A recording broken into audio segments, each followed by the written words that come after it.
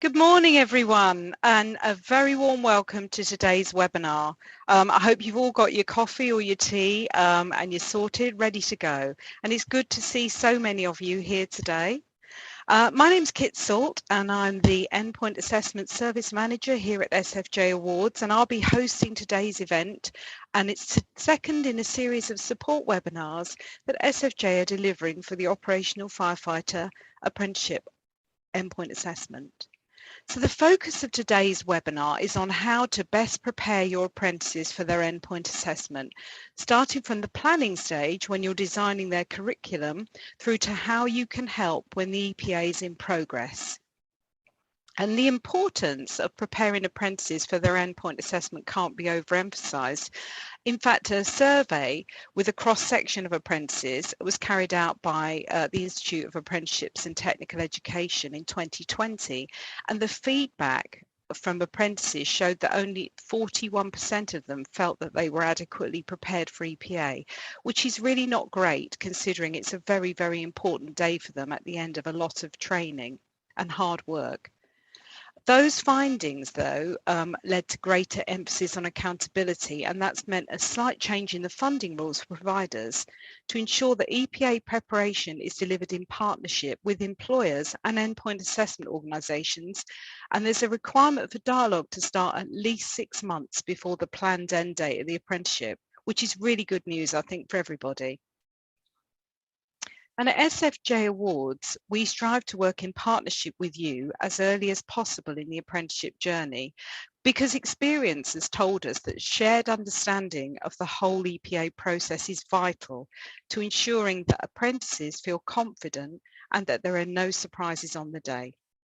And as you know, the independence of endpoint assessment is crucial, but that doesn't mean that we can't work closely with you and your teams in the run-up to EPA to make sure that your apprentices have the best experience possible. And running events today like today are part of our support package for you. Inevitably, COVID has and continues to present many challenges. Let's hope that dies down. But operational firefighter EPAs have continued throughout, and we've safely carried out over 700 EPAs for this standard with the support of fire and rescue services around the country. So on to today's event. We're really lucky to have a great lineup of presenters today. Steve Feely and Alan Fletcher are two of our highly experienced independent assessors and product developers for this standard, and they've got 60+ years experience in the sector. Steve and Alan have carried out a great many EPAs for apprentices at fire and rescue services throughout the country, and they'll be sharing what they have learned through their experience. They'll also be joined by Ashley Roberts, the Apprenticeship Manager from Merseyside Fire and Rescue Service. Merseyside FRS have had a number of apprentices go through the EPA process in the last few months, and also a visit from Ofsted, and Ashley will be sharing her hot tips with us. Throughout the webinar, we're going to be supported by Zoe Printer from our marketing team, who is on stage in the background managing all the technicalities, which is brilliant because we couldn't do it. Now, so before we begin, a few housekeeping rules so you know how to participate in today's event. So we know that everybody is a bit Zoom-tastic now and familiar with webinars, but a couple of quick things because we want this to be as interactive as it possibly can. So any time during the webinar, you've got the opportunity to submit questions to us. So do so, just type your question into the Q&A feed at the bottom of the control panel on your screen. We'll answer as many questions as we can during the Q&A session at the end of the webinar, and any questions that we can't answer today, we'll make sure we reply to. So to keep the webinar two-way, your speakers are muted, but the way to interact with us is to put comments into the chat function, and you'll see that as well at the bottom of your screen. So to give us all a bit of practice with the chat function, and if you are happy to do so, can you just pop your name, role and current location into the chat so that you can all have a go at it and we can check that it's working and they come up on the screen. So if you just want to do that now, that would be great.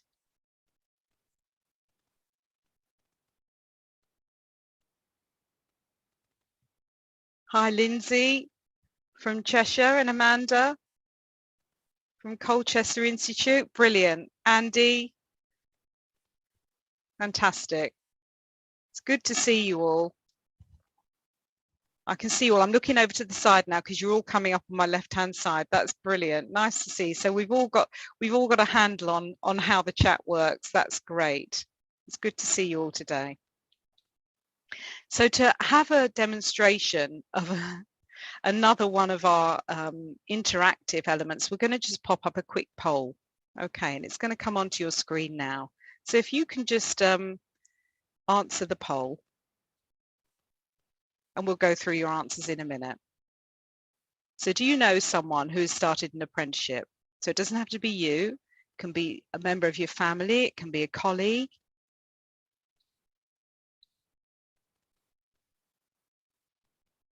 And we're getting the answers coming in now.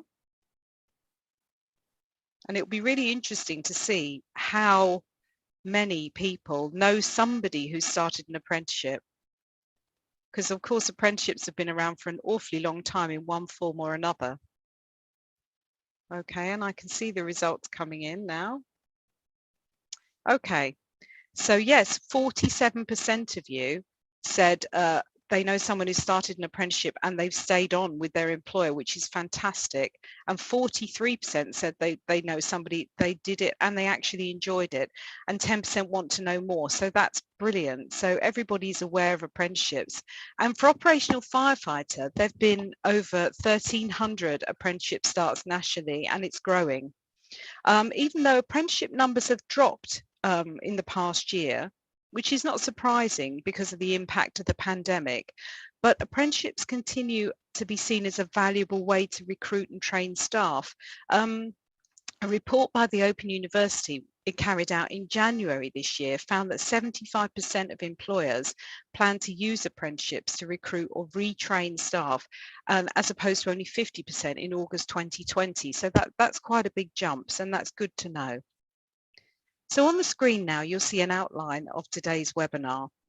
And as I mentioned earlier, we've got two experienced endpoint assessors, Steve and Alan, who will be talking about covering what happens before, during and after endpoint assessment. And I will then be having an informal chat with Ashley Roberts from Merseyside Fire and Rescue. So I'm now going to hand you over to Steve Feely, who's going to take you through the different stages of the EPA journey, from the importance of early engagement with your EPAO to the different components of the EPA and how best to prepare apprentices. So Steve, over to you. Thank you, Kate, and good morning, everyone. Good to see some familiar faces there. Right, well, I can't stress enough the importance of talking with SFJ awards as early on as possible in the apprentice's learning journey. I'm going to start with customer engagement and the phrase, it's good to talk when starting your journey as an employer or training provider with apprentices. Now, speaking from experience, new customers want to know what's involved, how much work will there be, what support will they get, how do they record it, the evidence that is, how do they gather the evidence, what evidence is needed, how much evidence, lots and lots of questions. Now, Kit and I go through all that with you and anybody else you wish to be involved in those customer engagement sessions. So please don't worry about that. And what Kit and I do is we use the guidance documents as well as the assessment plan that's provided by the Institute for Apprenticeships to ensure that we give you accurate and current information and guidance. And of course, these are not just one-off events. So if you have a question, ask it. If you want another meeting, just request it. Right, site visits. Site visits provide the opportunity for the employer and SFJ awards to agree and confirm resources, ways of working, terminology, etc., so that the apprentices have a fair opportunity to shine and to not be disadvantaged. For example, aviation firefighters or MOD firefighters and other private firefighters and fire rescue services are not governed by the Fire and Rescue Act. So early dialogue with those individuals and those organisations are vital in order to understand their respective roles. Why do we do that? It's so we can provide a fair and professional service. It's also a time when SFJ awards look around the site to ensure that it's fit for purpose for a practical assessment. For example, is there a BA training facility? Is it clean and not a hot fire training area covered in soot? Is there an RTC training area? Is there a tower? Is there a building to use? What working at height provision do you have in your service? And can you cater for more than one squad of apprentices at a time? So are suitable rooms available for professional discussions, different resources? When I talk about assessing more than one squad at a time, if you want to assess 2 squads simultaneously, then you're going to need double the amount of resources, not double towers or double buildings for BA training, but of course, one squad has 1 fire engine. So if you need 2 squads, it's 2 fire engines or 2 separate days to do the actual assessment itself. Now, employers also take the opportunity to confirm support, preparation methods, and seek guidance on how best to prepare their apprentices for endpoint assessment. Where time is available, the site visits can also incorporate a guidance session for those individuals who've been nominated or volunteered, however you want to phrase it, to be facilitators on the practical assessment day. Now, in addition, what SFJ Awards can do is also provide information sessions for apprentices in an attempt to put them at ease and inform them from the assessor's perspective what the EPA involves. We go through the guidance documents and provide context for your apprentices. Now, these can be separate sessions or bolted onto the site visit, making it a full day that's focusing on the endpoint assessment and the journey to it.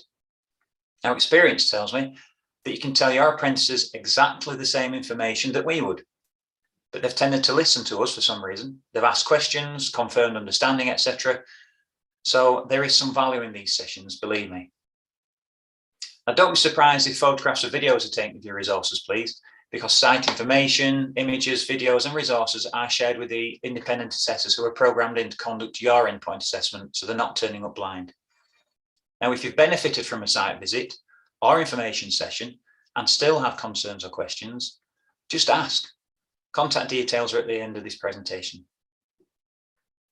Okay, so the team. Who is in the team?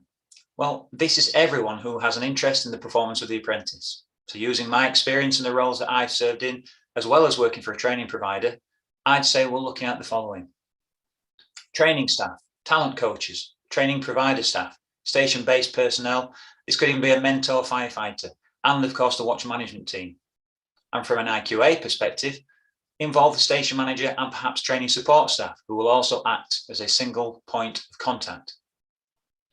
Now, examples of how to involve the watch management team include early engagement, of sharing of the guidance documents, explaining what the apprenticeship consists of, and the expectations of the endpoint assessment.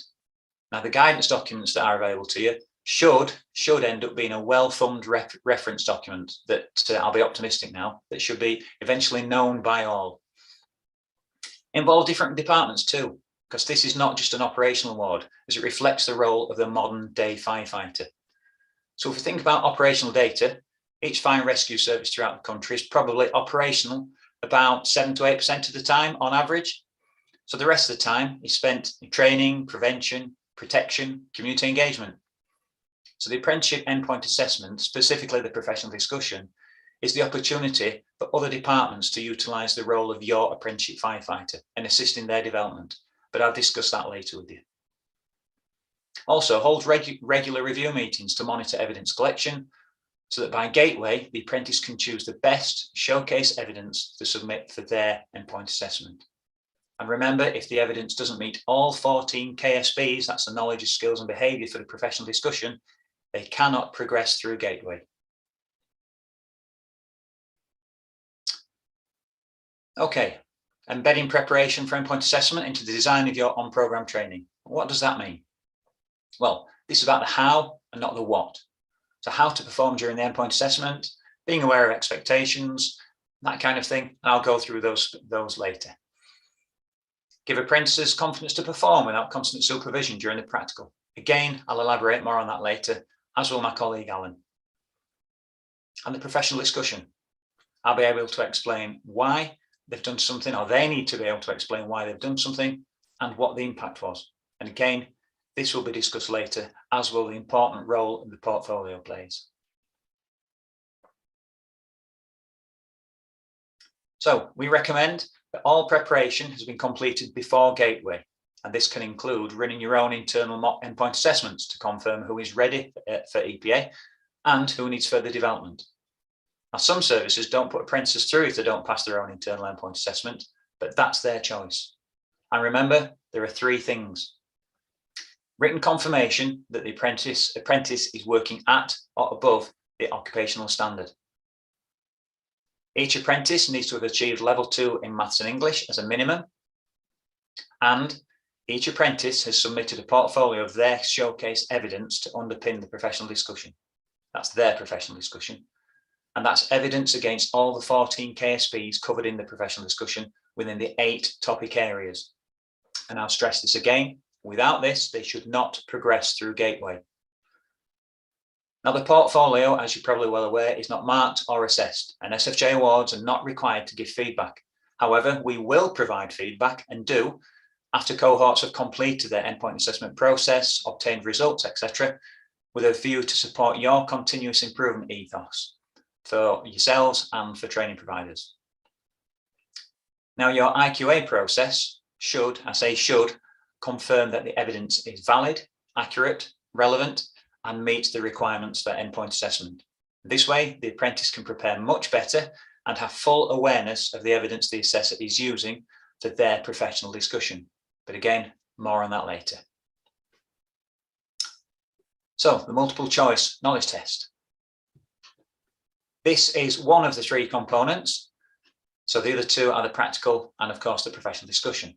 But the knowledge test, as it says there on the slide, 60 minutes. There are 30 multiple choice questions. 18 out of 30 or above constitutes a pass, and 24 out of 30 or above constitutes a distinction. So you can see there is room for error and people can still achieve very good grades. Now, the test is available online or paper-based, but that's your choice. So do liaise with the SFJ awards to determine what's best for you and your apprentices, whether that's online or paper-based. Now, your on-program training does equip the apprentices with the required underpinning knowledge to perform well in this component. And I know we've said this a number of times in our information sessions and site visits, but this is the component that most employers and apprentices are, let me say, negative about. However, I'd like to share some SFJ Awards data with you, which has been collated since the first operational firefighter endpoint assessment, which was back in autumn 2019. The knowledge test, which people always challenge us about, has a 97% overall pass rate, with 37% of those gaining distinctions. So those figures speak for themselves. So when organisations have anxieties and trepidations, quite rightly ask those questions to say we don't teach that in our service, the actual facts are that 97% of those taking part are passing, with 37% gaining a distinction. So I hope that goes some way to try and allay any fears that people still have. So to support you further, there are some example papers available, and they have been shared with fire rescue services to comment on, and you have done, so thank you for that. So please utilise those. They are available for you. Also, pull together your own mock tests. Run pub quiz style tests so that your apprentices are in a group setting. So if you start with groups first, before going into individual mock papers, this can help build confidence together with your cohort of apprentices. And remember, do use the guidance documents. Look at the KSB areas which are assessed in the knowledge test, because that will give you some direction as to where to or what subjects to cover. So the practical assessment is next. So again, as the slide says, this is about managing expectations. So Alan will talk in detail about the day itself. So what I'm going to do is give an overview on how you can best prepare your apprentices for what is a long, draining, but enjoyable 6-hour day. The facilitator, stroke incident commander. As you're well aware, in version 1.2, these people need to be unknown, but organisations can use their own staff if they are still unknown to the apprentices. However, what is unknown? People ask us this question. Unknown means they cannot have been involved in the training or development of the individuals up to the point of endpoint assessment. Now, some services who have existing collaboration arrangements with neighbouring fire rescue services have asked if their staff can be used. Now, this is fine as long as they're fully conversant with the host's fire rescue services practices and terminology, because what we can't have is the apprentices being disadvantaged whatsoever. Now, where SFJ awards provide the facilitators or incident commanders, we will still require an operationally competent representative to act as a safety officer and an advisor to the assessors. So if we observe something, we can wander up to them and say, is that what you teach in your service? And they will either say yes, or they've never seen that before in their lives. Now, the role of the facilitator or incident commander is not to coach, correct, or direct. It's certainly not to intervene either, unless there is a serious safety critical health and safety issues. And why do we say that? The apprenticeship and the apprentice is being assessed in demonstrating that they can hazard spot, mitigate risk, communicate that risk, etc. So that in short, they can operate without creating an unsafe environment and can spot an issue if there is one and deal with it in a timely manner. Any interventions must be discussed with the independent assessor before they take place, where possible. Now, after each task, for example, the search and rescue task, the apprentices are asked a minimum of 2 questions relevant to what they've just completed. Now, assessors, we have a bank of questions, plus we have the right to be able to ask a question based on the actual observation itself, which is very helpful and does make sense. Now, that can also enable the apprentice to expand on their actions if it answers the question, of course. And I want to talk about mistakes, because we all make mistakes, we always do. It's a natural occurrence for human beings. And we brief the apprentices at the start of their day to confirm with them, or reassure them, perhaps that's a better word, that they are likely to make mistakes. Now, as long as they're corrected by the apprentices or their peers in a safe and timely manner, that's okay. Not doing anything about it for a significant amount of time, however, is not. Interventions by facilitators will impact on the performance of an individual and will disadvantage them or others, or may do. Now, this can impact on the scoring observations made by the assessor as well. So apprentices need to feel comfortable knowing that if or when a mistake happens, they do want to do a job and put it right. Clearly, if it's a mistake that's not spotted and it's a safety critical issue and it's left, then that may have a different outcome. Now, the slide that's on the screen now confirms the activity on the day. Now, amongst these, we may have a tactic talks with the apprentices to give them the opportunity to show off their knowledge too. So whilst you look at these, I'll give an overview on expectations. We've been asked at practical assessment briefings by apprentices, can we talk to each other? Are we allowed to ask questions? And what if we make a mistake? Well, I've already covered the mistake issue. That's natural, and so long as they put it right, that's fine. Can we talk to each other? Absolutely. It's imperative that firefighters talk to each other when they're on the incident ground. And of course, as you're well aware, with the guidance documents, they're assessed in communication. Are they allowed to ask questions? Absolutely. We want them to be comfortable and happy with what they've been asked to do. And if they're not comfortable, they have the right to stop and say, can you just confirm what we've been asked to do? Or can you just confirm the direction? Or can you confirm just the scenario, please? Now, in terms of managing expectations, you'll want to know, what do assessors look for and expect? Well, we expect the apprentices to be able to be given a task and to be able to get on with it. Now, Alan will elaborate on this later, but we try to replicate the environment where, for example, the incident commander has asked for a ladder to be put up and entry gained. So the incident commander may then need to go and liaise with someone else or assess another aspect of the task, thereby trusting the crew to be able to get on with the task. And as we are well aware, for the apprenticeship, these are very basic tasks.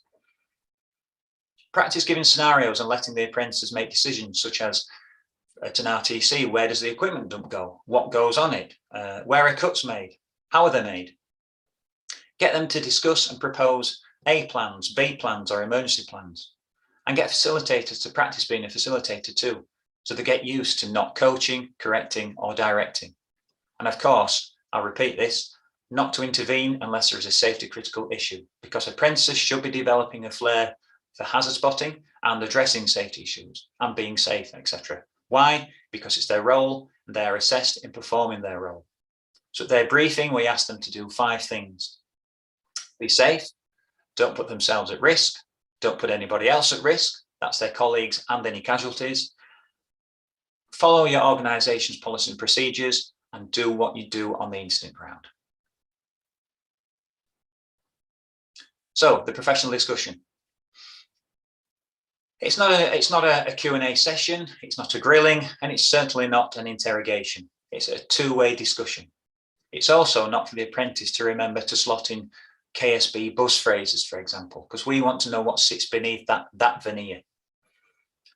Now, we as assessors will measure the responses against those KSBs, so that's why I say it's not for the apprentice to try and slip in those buzz phrases. And it's also for the assessor to manage the time as well. So that's an additional area that apprentices do not need to worry about. And preparation starts when evidence is being collected in the portfolio. Remember, SFJ awards only need evidence for the professional discussion. Satisfying the other KSBs can be incorporated and evidence within your existing maintenance of competence records. So again, this is another opportunity for you to work smarter, not harder. Now, earlier I spoke about utilising other departments. The apprentice needs to evidence collaborative working in a community engagement context. Why not let your community safety department give the apprentice a project? This way, the Apprenticeship Award brings greater benefits to your organisation, exposes the apprentice to different departments at the start of their career, integrates the watch into the world of prevention, and like I said earlier, has more wins for the whole organisation. Now, this is just one example, of course. And only yesterday I was in discussion with the Services Community Partnerships Officer, and she now realises that she has an additional 25 staff at her disposal for project and initiative work. So it helps her, helps the organisation, and it gives the apprentices some cracking evidence should they wish to record it and present it for their endpoint assessment. Now, the absence of evidence risks progress to endpoint assessment. Remember, it is one of the 3 mandatory requirements to proceed through Gateway. The absence of evidence also risks performance at the professional discussion stage, because as an assessor, we may have to introduce an area without sufficient individual evidence, which straight away puts the apprentice on the back foot. And when this happens, the apprentice pauses, anxieties flood back in, and their performance suffers. And phrases come back such as, I can't remember, it's hard to recall, I'm trying to remember, well, the most recent one I did was, and it's so uncomfortable to see. And of course, it's preventable. So how do you get around this? Make sure you have a robust IQA process in place which protects your apprentice and ensures that their evidence hits the 14 KSBs and helps them to own their professional discussion. Use the guides, but most importantly, if you need it, seek support. Now, I'll take this opportunity to say that where services have chosen to have an EPA based on version 1.2 of the standard, SFJ awards have accepted the evidence that's been presented because they've been in this transition phase. However, where services have apprentices who've started on version 1.2 and at endpoint assessment evidence is found to be missing against any of the 14 KSBs, assessors will notify SFJ awards and they could prevent an individual from taking part in the endpoint assessment. Remember, it is a gateway requirement. So, the apprentices should be conversant with the 8 areas to be discussed. They should also know the 14 KSBs being covered with their evidence across those 8 areas. So use the examples to help shape evidence captured. Submit the best showcase examples for their endpoint assessment. And remember, evidence can still be used more than once if it fits those respective knowledge, skills, and behaviours. So provide practice opportunities for the apprentice. Practice with someone they don't know, so they get used to not having feedback, whether that's verbal or physical, from their independent assessor. And it's things that we don't want you to do, which is like a nod, a thumbs up, and even a wink, okay, just to confirm that they're on the right tracks. That's not what we want them to experience.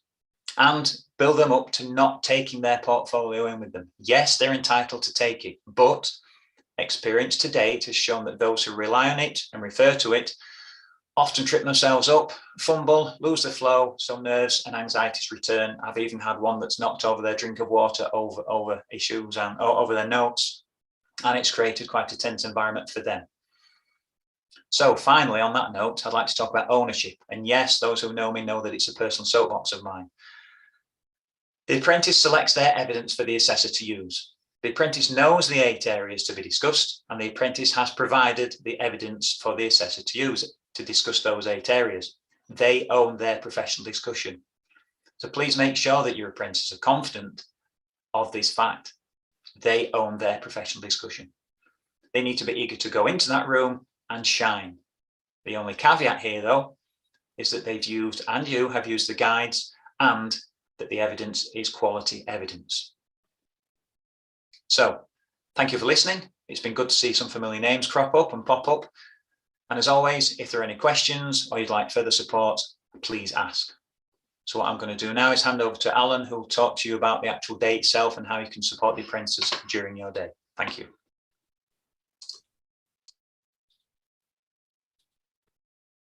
Morning, everyone. Thanks, Steve. Steve made some good points there about preparing your apprentices for their endpoint assessment. What I'm going to do now is follow on from that with some points about supporting your apprentices through the endpoint assessment itself and how to provide the best opportunities for them to perform at their best over those couple of days.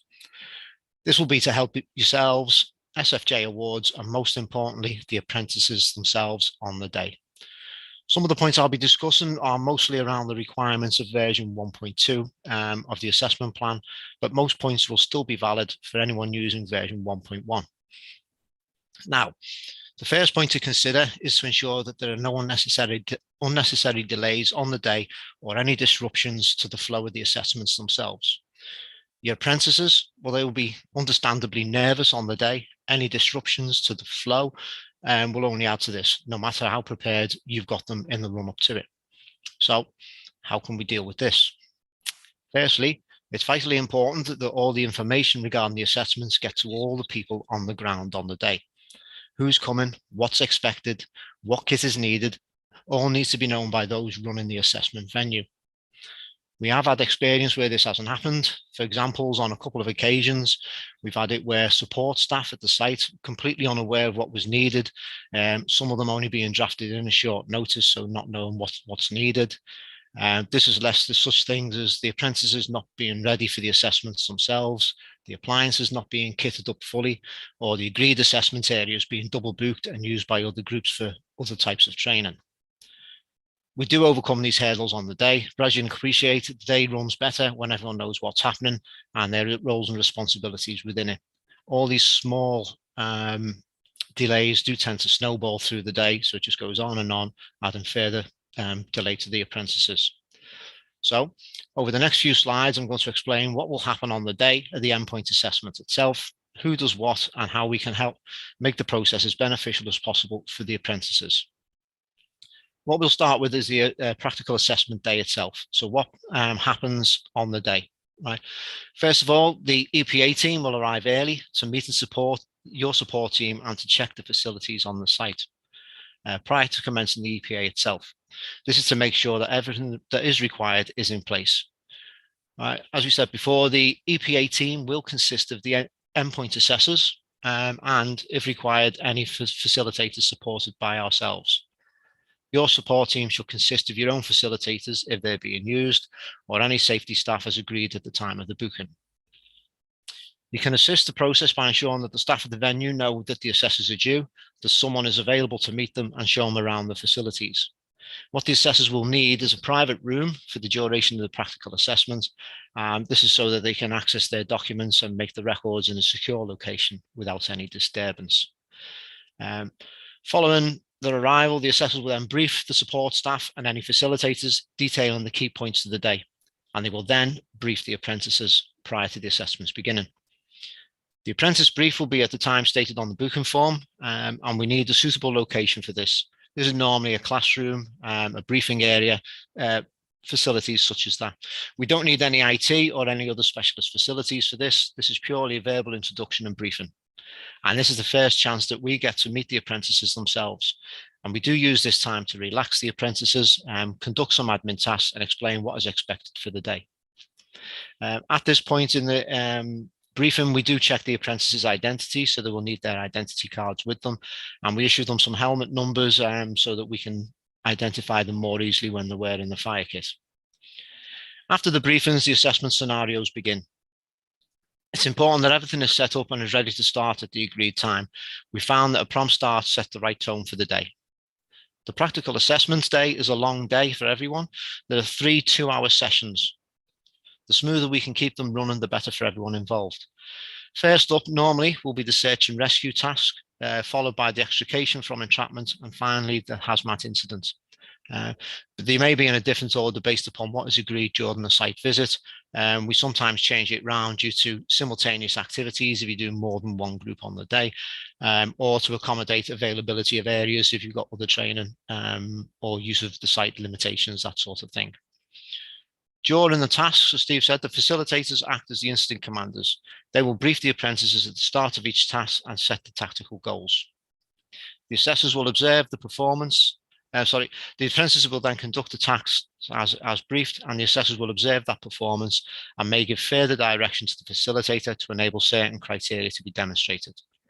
The performance is videoed and video recorded by independent assessors to help with evidence decisions. Now, these body cams capture the audio as well as the visual evidence, and we store it in line with GDPR with all those regulations covered. Right, the facilitators. As I said before, the facilitator's role is to brief the apprentices and to supervise their activities. The facilitator is provided with a facilitator brief card with all the information required for the brief on it. This will be read out to the apprentices, who will be given the opportunity to ask any questions, and the apprentices will then get to work. The facilitator may pass further instructions or points during the assessment if it's stated in the facilitator brief or if asked for by the independent assessor themselves. An example of this may be that we need to rotate the crews to enable all apprentices to demonstrate a particular task, such as operating the cutting tools or some sort of casualty care. The facilitator will need to stand back and not influence the performance, as Steve's already said. We have seen things such as facilitators standing too close, jumping in to correct minor mistakes, or even micromanaging the tasks, not giving the apprentice the correct opportunities. This also puts the apprentice under excessive pressure, and it is detrimental to their performance. We can't stress that enough. Only interventions should be made for immediate safety critical danger. So if we are providing the facilitators, your support staff, their role. The role of the support staff initially will be to act as safety officers and advisors to the facilitators. They need to work alongside the assessors and facilitators to set up the exercises, ensure the resources are available, and to make sure the apprentice is in the right place at the right times.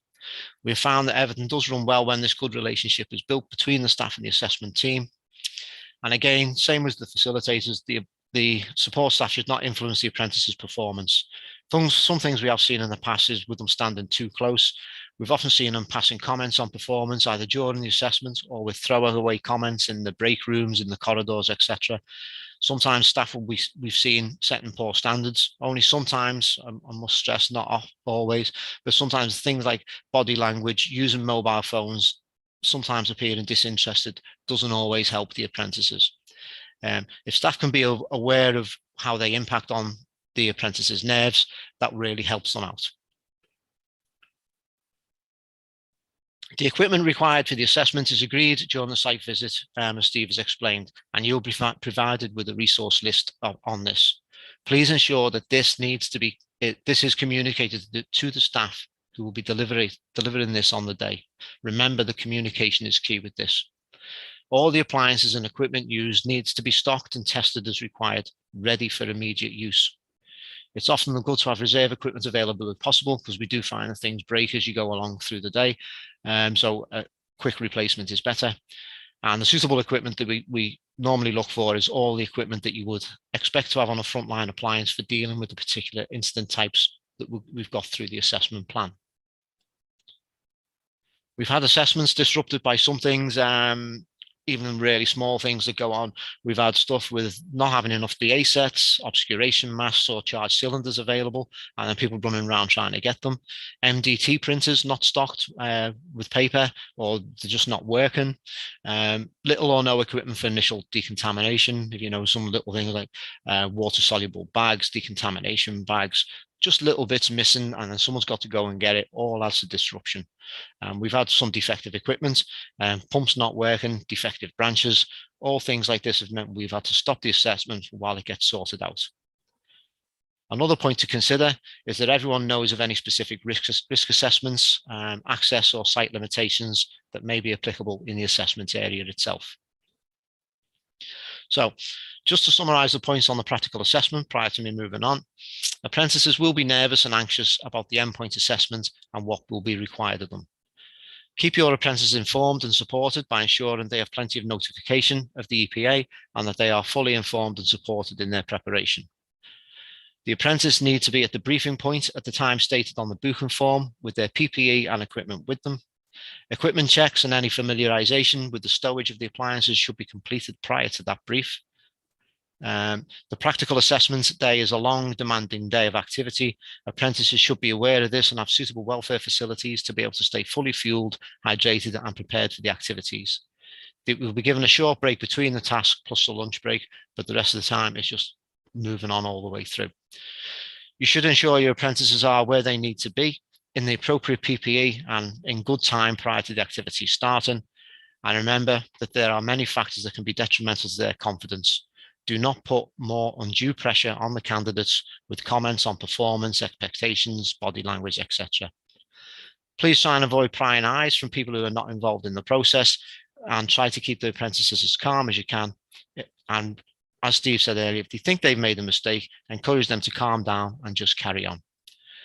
All these points I've made here, I've covered, should help us to hit the ground running for an effective practical observation day. And I'll briefly mention some factors that we can do around the professional discussion and the knowledge test. Right, firstly, the professional discussion. As previously discussed, the professional discussion element of the endpoint assessment is a two-way discussion based upon the activities and the evidence captured in the portfolio. It's about the hows and the whys, trying to establish that the apprentice understands the application of that knowledge. Some apprentices get very nervous about the discussion, but they needn't be. The assessors are very experienced in drawing out the knowledge, providing examples from the portfolio. Now, the professional discussion, we can conduct it either face-to-face or remotely via a video internet link. In both cases, the content of the discussion is exactly the same. For the face-to-face visit, what we would require would be a private room for the assessor to conduct the discussions in and any necessary admin. Access to the internet would normally be required in this, and the booking form will have the agreed start time for each of the apprentices' discussions, so the apprentices should arrive early and be ready to start in good time. What we would need would be a separate holding area for the apprentices to wait in, and then a location for them to go post-discussion, so they're not sharing any points with apprentices who are up next. Similarly, with remote discussions, this again requires a private room suitable for assessment for the apprentice to use. There should be no disturbances at all, and the apprentices must be on their own, and no training or aid memoirs are on display on the desk or on the wall or anything like that. Apprentices may be asked to show the room layout by turning the camera around to give us an idea of what the room layout's like, and to make sure that there are none of those training aids visible. Please ensure that the equipment is tested and the internet is reliable, etc. Again, in terms of preparation, for both formats, everything should be done to support your apprentices and not to put undue pressure on them. Right, the knowledge test. As Steve's described the structure of the knowledge test, I will briefly cover it up again. Right, generally, but not necessarily, the first component of the endpoint assessment. Key points for the apprentice to consider for this are that they should relax as much as possible before and during the test. Exam environments always make people tense and nervous. I'm sure we've all done this type of exam before and know what it feels like and how you can make simple and what you often feel is stupid mistakes. A good way to deal with this and to help your apprentices is to practice the mock question papers on your own, or your own question papers. As Steve said, build it up and try to recreate the environment that reflects the actual test itself, with rooms laid out as it would be with time pressures and stuff. Just emailing and providing mock papers to them would not generate the same nerves. During the test, the apprentices should take the time to read the questions fully, read them twice if necessary, and consider and select their answer. Right? With the number of questions involved and the time limit, the apprentice does have 2 minutes for every response, so there is no great rush. Emphasize that to them. If the questions appear difficult, the apprentice should just apply rational thought, consideration, and logic before selecting their response. There are no red herrings in the test, and the apprentice should remember that the answer is sitting there in front of them, and the process of elimination will often work. Okay, thank you for listening for me today. If anyone has any specific questions, please type them into the Q&A section at the bottom of your screen. I'll now hand you back over to Kit. Thanks, Steve and Alan, for a wealth of information. Luckily, this is being recorded so that you can go back and listen to it and use it with your teams. I'm really thrilled to welcome Ashley Roberts, the Apprenticeship Manager at Merseyside Fire and Rescue, who's joining us today, just to have a bit of an informal Q&A with us about endpoint assessment and about apprenticeship on programme training. So welcome, Ashley, and thanks for joining us. To get the ball rolling, can you just give us an outline of where you are on the apprenticeship journey? You know, how many apprentices you've had, what stage they're at in EPA? Yeah, so we've got about 130 apprentices. We've had just under 20 apprentices go through our endpoint assessment, and the next phase of endpoint assessment start next week. We've had really good success rates with our apprentices so far, with just over 80% of our apprentices coming through with elements of distinction throughout their endpoint assessment. That's excellent, thank you. So some of the questions that we get asked from fire and rescue services and training providers are, they're generally about how best to embed preparation for EPA into the on-programme delivery design. So what do you do at Merseyside? Can you talk us through some of the things that you do? Yeah, so we'll encourage our apprentices to look at the endpoint assessment plan from the outset. Our apprentices are given a 3-phase development plan to ensure that they're building the knowledge, skills and behaviours throughout the 2 years, rather than just cramming it all in at the end. Yeah. At the end of each phase, we also have an on-programme assessment. So our apprentices will come back to the training school and they'll have a coached version of the endpoint assessment from the start. And then towards the end of their apprenticeship, it will then progress to more stringent assessments, more like a mock version of the endpoint assessment. It ensures that they're progressing to the required standard, but also ensures that those knowledge, skills and behaviours, the gaps can be identified early on and then bridged and supported throughout. In addition to that, we also have refresher sessions. So our apprenticeship team here at the training school will have practical and theoretical support sessions delivered by the highly trained instructors. They are optional, so they're free for anyone to attend should they need to, but they've been really beneficial in boosting confidence for those who are based at either quieter stations or need more specific support. It allows them to build their own training, so it's led by what they want to do. They'll ask our instructors, you know, can we have a hazmat session or can we have a RTC session? There's been lots of requests for professional discussion. It's something that doesn't come naturally as part of the role. So our instructors have been trained to deliver endpoint assessments, so they're able to then deliver mock versions of that endpoint assessment at professional discussion, sharing the good practice with the station-based staff as well. That's really good. I was going to, sorry, carry on.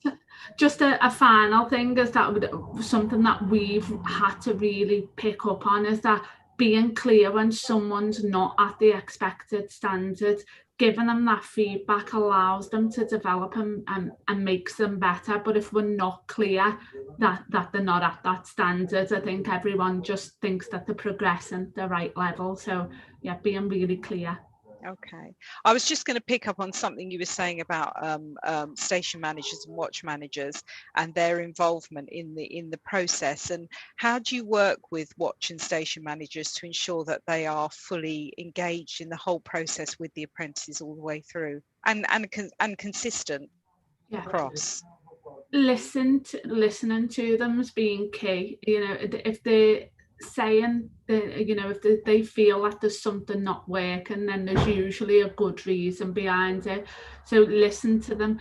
We've taken a long time to build the course, and we've sought the views of all the staff involved, all of the watch managers involved, but knowing it's an ever evolving product, it's never finished. As legislation changes or, you know, new guidance comes in, we'll adapt the course and redesign it as needed. Each of the courses is bespoke to the individuals, so having the knowledge, skills and behaviours within our instructor team is also critical. So having the right people there to deliver the training session from the outset is always key. But for our watch managers on station, it's they know how to develop a firefighter. They know what makes a good firefighter. So we use those skills. We assist them to develop their apprentices for endpoint assessment, but we've built the training around the fact that they already knew what a good firefighter looked like. The job's hard enough, so use their knowledge and build it. Yeah, that's great. That sounds like a really robust model to follow, Ashley. And that whole kind of revisiting things and adding bits in as things change and you try something out, and it is really the way to go, isn't it? Yeah. So what about making sure that apprentices keep on track with their progress? How does everybody feed into that to check that the milestones are met? So we have, obviously we've got our on-programme assessments built in. We also have an apprenticeship team based here. The staff from our apprenticeship team will do on-site visits to ensure that standards are moderated throughout the organisation. We have constant monitoring both from the team here, but the station-based staff. Station managers are critical to that quality assurance process. We've tied it into station-based audit, but group manager audit. Everybody is equally responsible for that quality assurance process. We obviously use things like remote monitoring through OneFile. It allows a quick check and a good snapshot of the engagement. Usually if they're down on their engagement or they've not logged into OneFile, there's usually a reason behind it. So, and then having the governance, the scrutiny from all angles, from the senior management team. So we have boards built in, learning governance and apprenticeship boards built in to ensure that it's not just one person's responsibility, it's a whole organisation. That's key, actually, isn't it? That's key. And I suppose when you had your offset visit, obviously you can't share that with us, but that's one of the things I know that they look at, that there's that senior buy-in throughout the organisation. So in terms of barriers then, have you encountered barriers when recruiting and training apprentices, and what have you done about that? So obviously COVID is just going to keep coming back. So it's caused delays in recruitment, it's reduced the capacity of the team, it's caused disruptions in training. And really the way we've combated it is through testing, online learning. We've all jumped to remote delivery. There's bubbles and syndicates have been created on our recruit courses.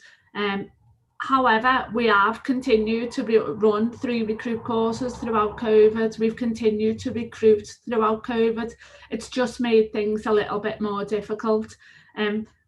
We as an organisation are a values-based recruitment organisation. So it ensures we get the right type of person 99% of the time. We have combated some of these issues through using those type of people. They are really resilient, so they have to go the extra mile, they have to work harder.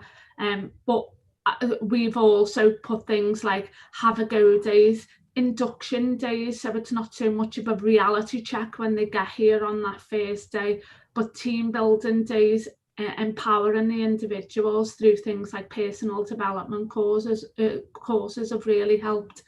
But again, listening to the apprentices. In those early days of us starting to deliver the apprenticeship, we had some real harsh home truths from the apprentices, and so really difficult to swallow at first when everyone's working so hard. But we had frank conversations, we had honest feedback, we built really good relationships with the apprentices, and we've built and adapted the programme as a result of that. And Ofsted has agreed that it was great, but also our apprentices now feel like it's great, and that that's key, is making sure that the apprentices are not only doing well but also enjoying it too. That's great, and I expect the the development of the online learning and training and everything, you'll keep that now because that's there, and it's a really useful tool, isn't it? It's sometimes a bit daunting when you have to suddenly switch to that. Definitely. But actually it works, and that kind of whole blended delivery is a really good model, isn't it? Because it kind of suits all different learning styles. So what about top 3 tips then for other fire and rescue services and training providers on how best to prepare their apprentices? You've given us lots of examples, but what are your top 3? So start on day 1, give them a physical copy of the endpoint assessment plan, build your evidence around the endpoint assessment plan. The large majority, we've tried to make it easy, so the large majority of our evidence is naturally occurring evidence. We don't want our apprentices to be bogged down in paperwork. It needs to be something that they're naturally doing as part of the job, and the standard reflects that. Listen to the experts, and the experts may be learners, they may be instructors, they may be the watch managers on station.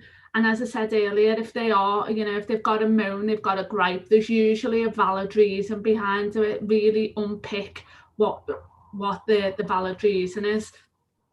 And then I've kind of done 4, not 3, but the building that relationship with the endpoint assessment organisation, whichever endpoint assessment organisation you choose, whichever standard you're on, that relationship with the assessors really put my instructors at ease.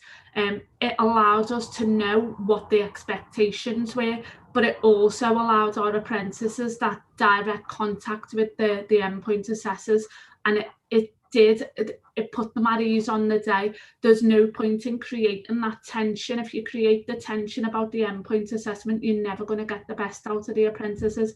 Our apprentices actually enjoyed the endpoint assessment, which they were as shocked as we were to believe that. And then just finally, I'd say, just have someone with an academic background structuring the programme. It certainly reduces the pressures of Ofsted for the ESFA and the organisation themselves. I think our Merseyside knew already prior to me getting here how to train an outstanding firefighter. But I've just allowed it to become an employer provider. I've allowed us to build the programme around the requirements of the apprenticeship itself. That's really good, Ashley. Thank you. And I'm really glad to hear that your apprentices enjoyed their endpoint assessment. That's what we're aiming for, actually. So that's brilliant. So we are almost out of time now. So we actually have had a couple of questions. What we're going to do is, because we're not going to have time to answer them directly now, but what we will do is put together some answers to those questions and get those out to you. Hopefully I can do that by the end of this week, or certainly the start of next week. So please be assured that your questions will definitely be answered. So thank you very much. I'm just on to the final slide now. This slide has got some quotes on from fire and rescue services and from apprentices who've gone through endpoint assessment with us. SFJ Awards, we really value feedback. Like Ashley said, it's really important to listen and adapt, and so that's what we always try to do, and we want to use your feedback to improve our offer and the service we provide. So straight after this webinar, you'll get a short survey. If you could, it will pop up on your screen. If you could fill it in, that's really helpful, because it helps us to plan future events. So and gives us an insight into the things that we're going to put on and how much you like them and how useful they are to you. So thank you all for joining the webinar today and for your questions and comments over the past hour. Thank you very much to our presenters, Ashley, Steve and Alan, for their fantastic contributions. We were so lucky to have everyone join us today. And look out for our next webinar in the Operational Firefighting series, which will be focusing on using the apprenticeship standard with on-call firefighters. So thank you very much, everybody. Goodbye and enjoy the rest of your day. Thank you.